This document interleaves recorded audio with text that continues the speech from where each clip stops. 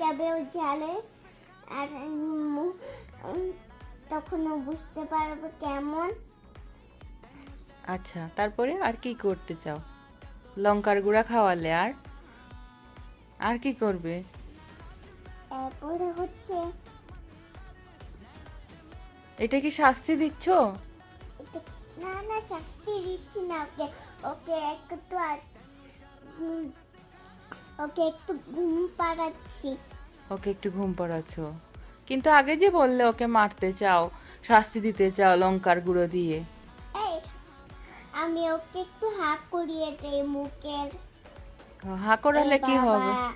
আর করছে না তো। এই তো হয়ে গেছে। এই, ওকে ঝালের গুঁড়ো খাইয়ে দে, তাহলে মজা আসবে। ঝালের গুঁড়া, কিন্তু পরে তো হসপিটালে নিয়ে যেতে হবে ওকে। না না, তখন এত বেশি ঝাল খেলে তো আর নর্মাল খাবার খেতে পারবে না, এই জন্য হা করতে।